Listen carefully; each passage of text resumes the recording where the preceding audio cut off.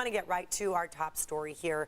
Russia's invasion of Ukraine, it has resulted in the worst refugee crisis in Europe since World War II, and it is now reaching our border. Right now, more than 1,000 Ukrainian refugees are in Tijuana hoping to seek asylum in the U.S. CBS 8's Chris Grove live in San Ysidro with a closer look at the situation there. Chris?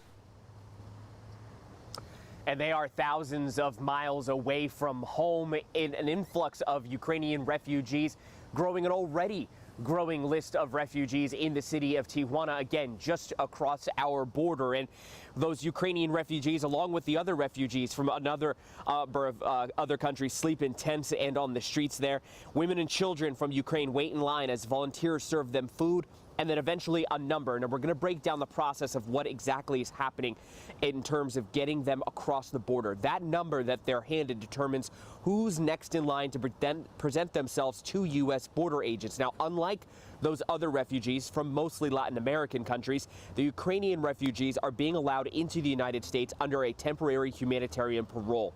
A COVID policy known as Title 42 has prevented most other asylum seekers from entering the U.S. for the past 2 years, but because of that parole, it does not apply to those Ukrainian refugees. As long as they can prove they are Ukrainian, they are being allowed straight through, but it's not until their number is called, and that's where volunteers really step in, because it's their work, both on our side of the border and across the border, that helps things stay organized and also results in some of those refugees being reunited with their family members here in the U.S.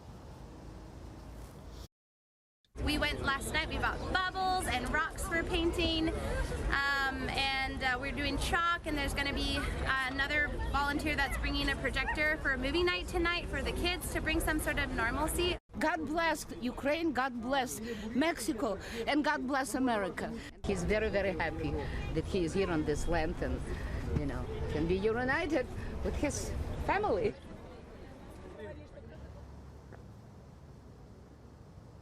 And we're told by some of the volunteers that we've been working with and speaking with that the wait time right now to get from Tijuana to the U.S. is about 2 days, waiting for your number to get called. And again, they're working with agencies here in the U.S. to help them reunite with family members like you just saw, but then also even sometimes sponsor families who will take in these refugees during the process in which they are seeking asylum. Now, we will be hearing from some of those refugees staying in Tijuana in just about a half hour's time here on CBS 8. Eric and Netta.